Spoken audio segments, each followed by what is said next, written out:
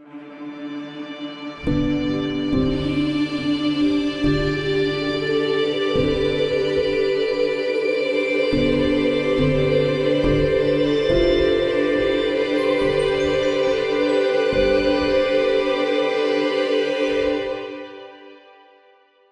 September 29th, 2023, the first day of Sukkot, I was a guest at a sukkah in Milwaukee, Wisconsin, in the Sherman Park section, a historically Jewish and African-American neighborhood, just down the avenue from Congregation Beth Yehuda, the Hasidic synagogue led by the Tversky family, descendants of the Chernobler Hasidic dynasty.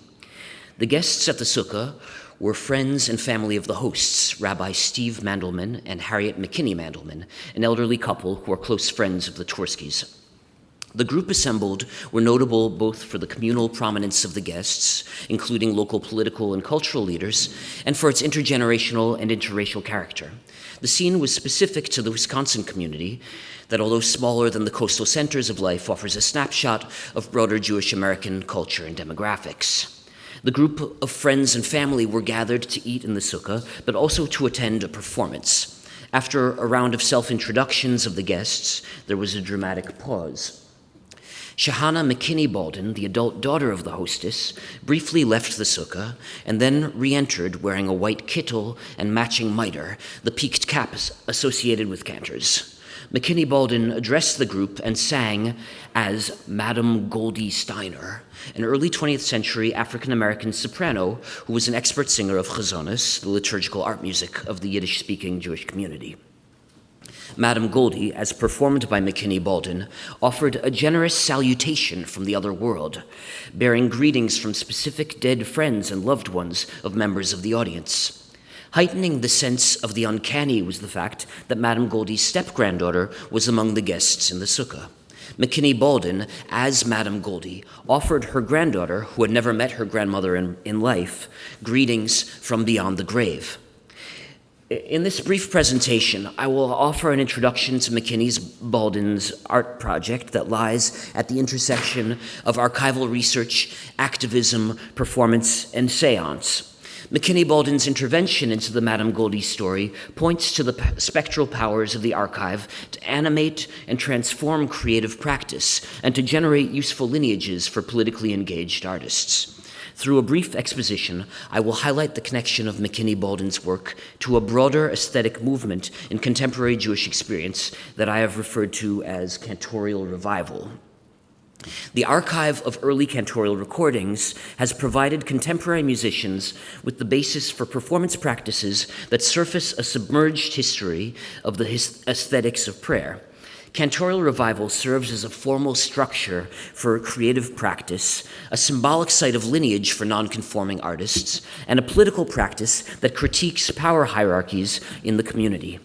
The archival reclamation practices of cantorial revival have been embraced most notably by singers in the Hasidic community, for whom this music serves as a highly visible countercultural art practice, but is also represented by other artists working outside the mainstream of Jewish institutional life, including leftist Yiddishists, experimental musicians, and in McKinney Baldwin's case, Black Jews.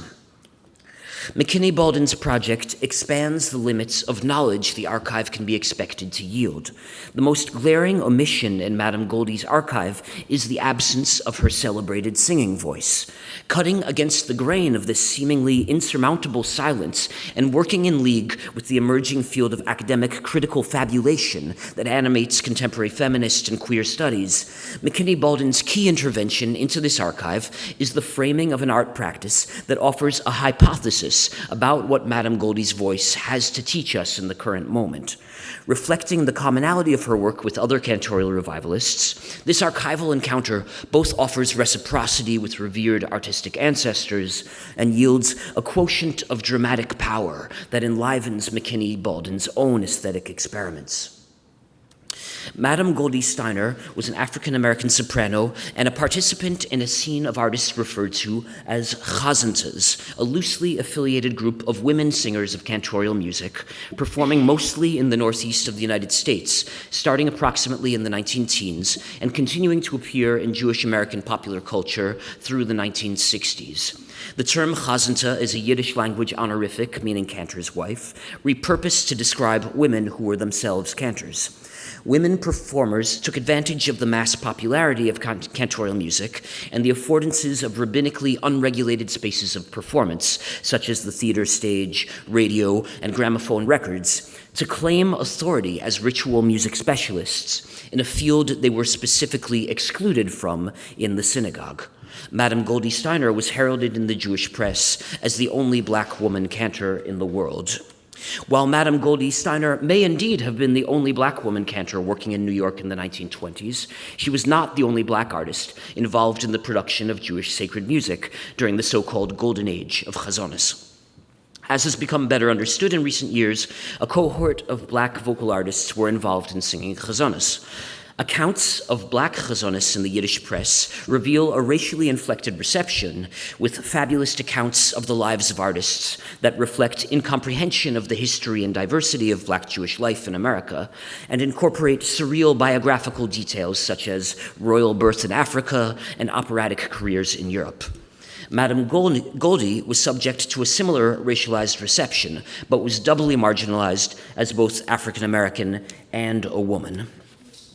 Madame Goldie was born in 1889 in Illinois with the name Gladys May Sellers and was raised in Milwaukee, where she pursued a career as a singer, heralded as a major local talent. Her repertoire included opera, popular fare, and concert versions of gospel songs.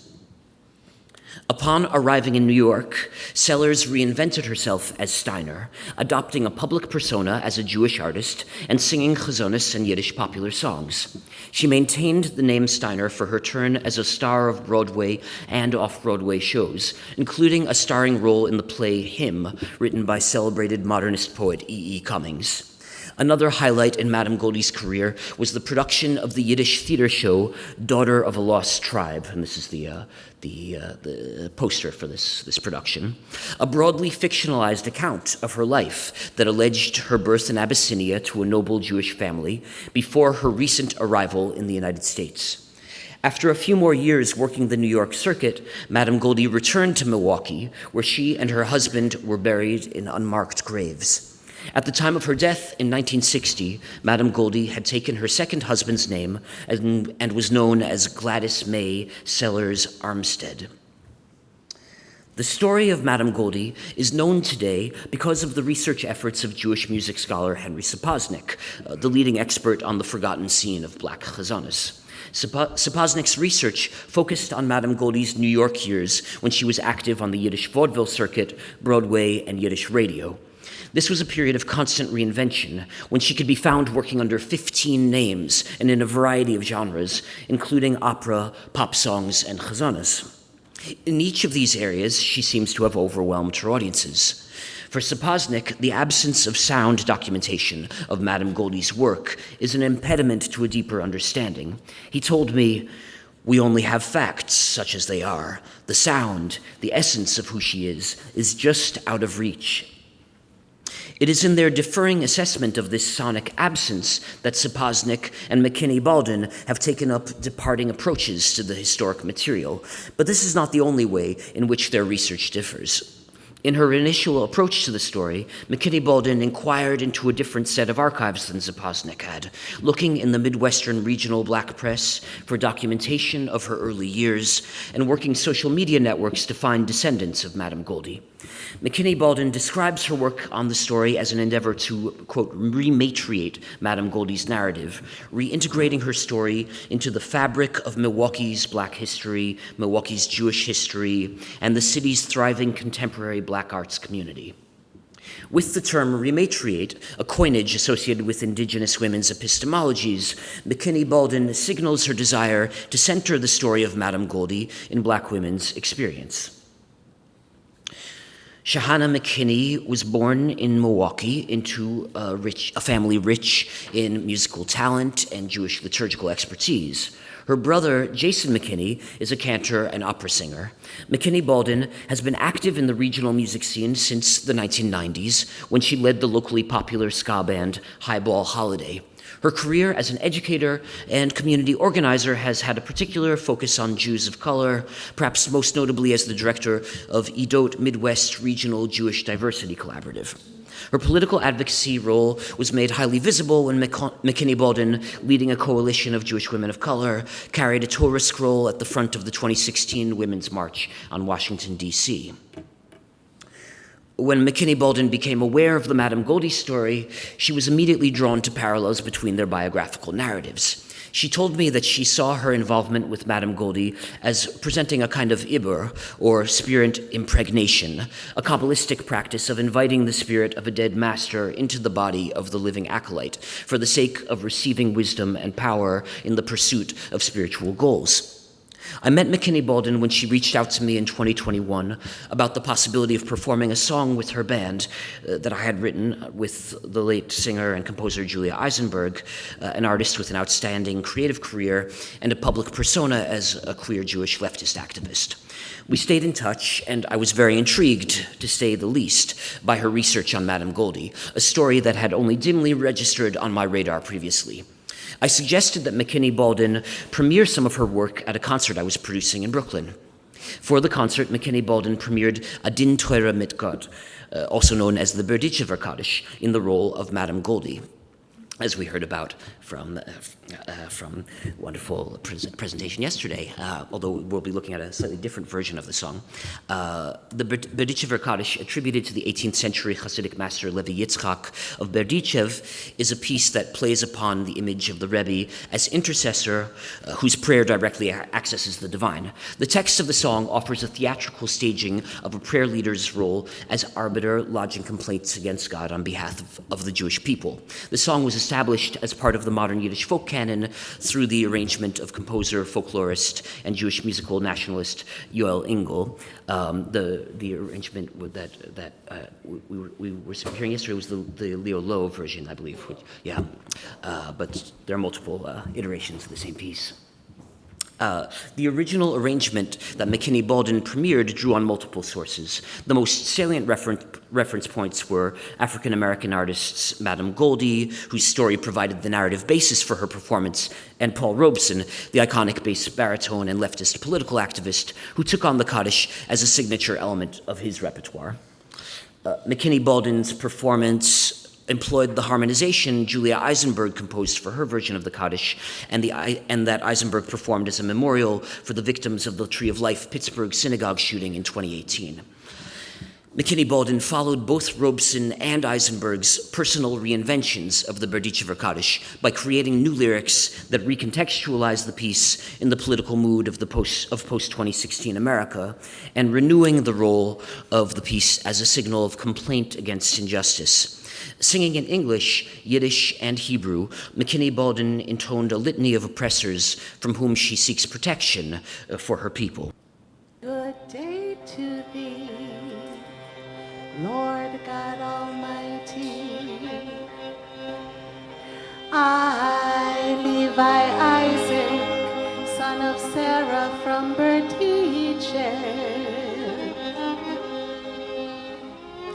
I stand today before thee with a grave and earnest plea for this, my people.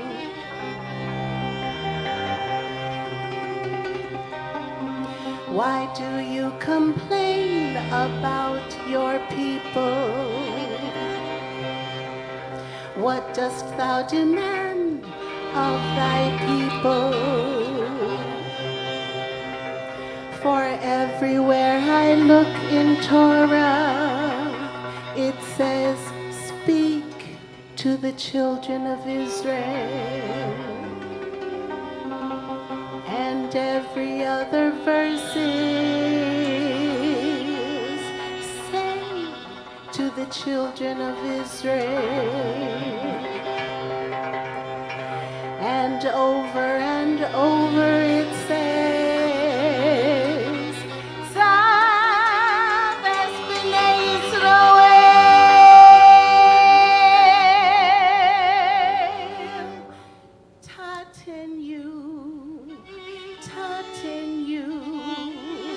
kama umois paoilam Parasai Bavlai Edomai.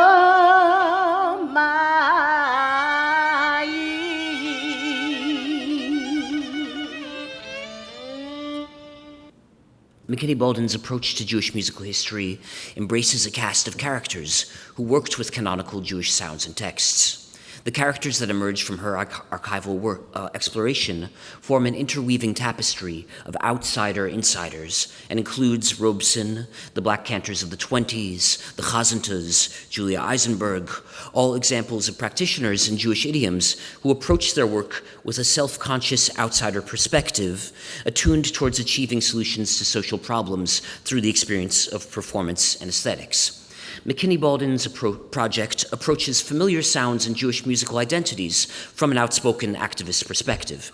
As digitization broadens access to the archive, the internal diversity of the Jewish community comes into sharper focus, and the possibility of finding useful lineages for the keenly felt social issues of the moment expands exponentially. Madame Goldie Steiner is a singer whose voice has seemingly been lost. Through the encounter between McKinney Baldwin and Madame Goldie, the political project of claiming authority and visibility for women and Jewish people of color has been reframed as a research question that can be approached using archives of Black and Jewish American cultural histories. This interaction across the divide of time reveals once again how artists working with archival sources create new lineages, revealing meaning and possibilities in the stories of their creative forerunners. Okay, and thank you very much, and I'll stop there. Thank you so much again for this paper. It was great to see you do it at the Cats. Yes, thank you for your patience, Samantha. Had heard me do this same talk before. I hear new things every time I get to hear a paper, so this is great. I actually wanted to ask you if you might talk with us a little bit about Shohana's brother, Jason McKinney, and sort of what that dynamic of having this woman doing these spiritual-esque practices that harken back to Cantor Goldia Steiner are like when she also has a brother who is doing cantorial work and operatic work today. Yeah, I mean, I think that Shohana and her brother had very different musical paths. That she was sort of more the rebellious child. She was in rock bands, and her biggest success as a performer was as the lead singer of a ska band, and her brother became a cantor, right? So staying more in the kind of the safer bounds of family and community. I think there's some questions around what is asked of an African American within the Jewish community, and certainly his positionality as a Black bass baritone opera singer has put him in the position of being called upon to reinterpret the lineage and heritage of Robeson, and her choice of this piece so closely associated with Robeson, it certainly also relates to her brother's performance of that piece, which he has sung on many occasions. So, Thank you. yeah. Okay, I got one. Thinking about the archive and the digital. One of the things I'm impressed by in my relationship with Anthony Russell, who I would include as an archival artist, is that it's really a multimedia archival dip, right? That once upon a time, the transmission of this music was sort of solely sonic, but the digital space opens up a performance art layer and possibility for dance and video and imagery and all that kind of stuff. So I wondered if you could talk a little bit about the archives these folks are pulling from and how the digital intersects with that. Yeah, well, I think the role of media as somehow creating or helping shape Jewish musical performance goes back much further, of course. So the digital is an extension of what was already an important part of the process of Jewish music making through print culture, through music manuscripts, and then certainly through the gramophone. I mean, as soon as there were gramophone records of cantors, the expectations of what Jewish sound consisted of changed a lot, right, and became kind of from a highly localized set of musical expectations to a kind of across the Yiddish-speaking diaspora, certain conventions of cantorial sound came into play in a more quantifiable fashion, right? And so I think the digital allows people to have access to old records in a way that is much more immediate, and I think there's been kind of somehow about the fact that we live so much of our lives through the internet, through the phone, through the experience of sitting with the computer, brings the archival experience of listening to these voices from 100 years ago into a much kind of more intimate, proximity, and that something about the exploration of music through the internet allows for this kind of obsessive repetition and going down rabbit holes and being guided by the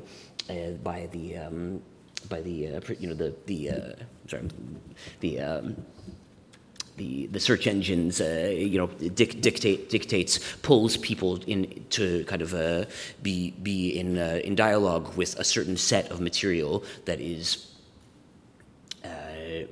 It encourages obsession. It encourages discovering things that seem to have been lost, but are now kind of almost commonplace, right? That for people who are interested in sort of niche areas of music or culture, they can be kind of seduced into this relationship with the material through the same kinds of seductive technologies that the internet is so good at creating in other aspects of life. Mm-hmm. Start with you, because you guys last time.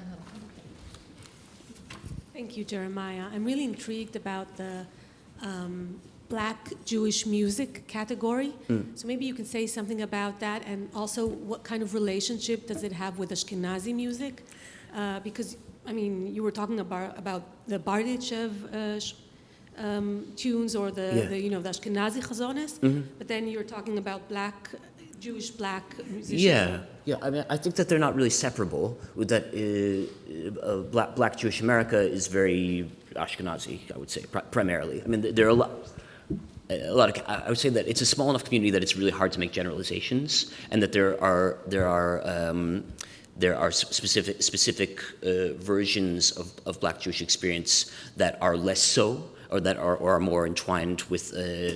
The Black Israelite community, for example, which has an African nationalist orientation and is not deeply connected to other aspects of American Jewish life. But I feel like it's a bit understudied and a bit misunderstood. That in let's say in the northeast of the United States, that it's very common for there to be some Black Jews in a synagogue, and synagogues tend to think that this is just a person who's in our community. Yeah, they're Black. It's just an unusual thing about our synagogue. There's a Black Jewish family, but it's actually almost every synagogue has some like that. So it is actually enough of a phenomenon to be looked at as its own, with its own specific grammar, but that is deeply entwined with the Yiddish-speaking Jewish kind of dominant culture in the United States. Yeah. Mm-hmm. Very quick question. Could you tell us just a little bit more about The Daughter of a Lost Tribe? Just fascinating. Specifically, tell us a little bit about the music and if you know anything about audience response. It got very positive reviews in the Jewish press and the English language press. It was it purported to be a biographical statement, and I think from what I understand, it was kind of like a jukebox musical, basically, right? It was something that allowed her to sing her hits. Yeah. The framing, die Schwarze Gazente, screams out spectacle. Sure. Highly racialized, kind of, we might say in a different context, orientalized spectacle. And I'm wondering, really, to sort of turn the gaze back to you, what's your task and ethical responsibility as a scholar in excavating that phenomenon, in thinking through that phenomenon, and sort of following up on that tradition without surrendering to the spectacle nature. Yeah, I mean, I would say that the focus of my project is on Shahana's work and trying to understand how she sees it and how what she's doing inflects the larger picture of interest in cantorial music as a kind of a topic in present-day Jewish culture. So in my book, I write about the scene of cantorial revival in the Hasidic community, where it's very clear, right? It's very clear. It took me a while to figure it out, but it's something that I've come to understand as being a kind of an anti-conformist practice that helps men who live within the Hasidic community to be able to build identities for themselves as artists that they might not otherwise have access to in their birth community, and yet Hasidic men are not the only ones who are looking at this moment to help them, this musical moment, to help them frame out an idea of what is both an aesthetically heightened experience and a deeply Jewish experience, right? That these two ideas I think there's a kind of a broadly speaking, kind of a criticism of the scandal of the impoverishment of the aesthetics of of life, especially in Jewish music, right? That in synagogue culture, there's been a turn towards a kind of an American popular musical format as the musical norm of the community, and this is true to a large extent in Orthodoxy as well as in the liberal Jewish community, and that for Jewish artists who imagine this cantorial moment of the early 20th century as being this kind of heightened place, right, of a Jewish experience of the transcendent in art, that this is going to be something that's going to help them to recapture that moment, right? So it's a practice that is critical of Jewish aesthetics as a means of being critical of other aspects of Jewish social life. That, so in the Hasidic context, the critique is leveled at community power brokers that don't allow people to study art. There's no mechanism for studying music in the Hasidic community. For other artists, so in the leftist Yiddishist circle, looking at Chazonis there's a different critique, right? That this is something that we're going to reclaim a kind of a Jewish essence, right? Something that is something that resonates with identity politics, perhaps. This is like what is going to allow us to be able to articulate a sonic Jewishness that is not appropriative, right? And so for Shahana, it's her project is a little different, right? So it is about this kind of like seeking a Jewish essence and sound, but it's also about trying to explain to people who she is, right? Because this has been one of her main kind of projects in life, is to help people see that Jewishness and blackness in the U.S. context are not mutually exclusive, right? That there's this experience of black Jewish life, and so Madame Goldie is kind of like a mythological figure that helps her do this work. So Shahana has deep antipathy to the turn of phrase the Schwarze Chazente, right? And she's expunged it from all of her work. And this is kind of a point that she and Henry Sapoznik are friends, and are working together on this. But she she opposes the use of the term Schwarze to talk about cantors, seeing it because while in the 20s, 30s Yiddish-speaking scene, perhaps the term was unmarked as a descriptor for black people. In English, in post-1960 English, it definitely has a pejorative association. So it's kind of like a sensitivity around that, trying to figure out what to do with the sensationalized, racialized presentation of her work back then in a way that reclaims agency, right? That's kind of at the essence, at the core of what Shahana's project is about, I would say. My last, just very quick question is if you have any thoughts about the idea of seance or like death revivalism and that kind of approach to performance art in Jewish culture. I mean, I know that there's a great deal of literature, let's say in operatic culture. Michal Gover-Friedlander's got her book Operatic Afterlives. I have a colleague at Columbia who's writing a dissertation on seance. But it's not really an approach or like a mode of performance that I've come into contact with in Jewish spaces. And this is really the first time, and I wondered if you had any thoughts about just that in Jewish culture. Yeah, well, I mean, we have the lachrymose narrative in Jewish musicology as well, very, very intensely, right? And it affects, of course, artists as well, right? That the past is seen as... Yeah, yeah. Well, but is it really more explicit than someone doing a recreation of, a Dave Taras record or something like to that effect, right? Which is kind of commonplace in the klezmer revival scene, let's say. I think for cantors, it goes without saying that when they're going to do a concert of cantorial music, cantorial music, they're going to be singing the repertoire of men who have been dead for close to a century, right? And so if the seance quality that the gramophone recording allows is very powerful in terms of the imagination, and it's a pedagogical function as well, right? That the records are the locus of how revivalists come to understand what they're going to be doing, right? And so the amount of time that people are spending training their voices to do this, to recreate these kinds of timbres, tonalities of music that only exists via this kind of intermundane collaboration is very notable aspect of the musical production. Well, let's give another round of applause for Jeremiah. Thank you so much. Thanks so much. So amazing.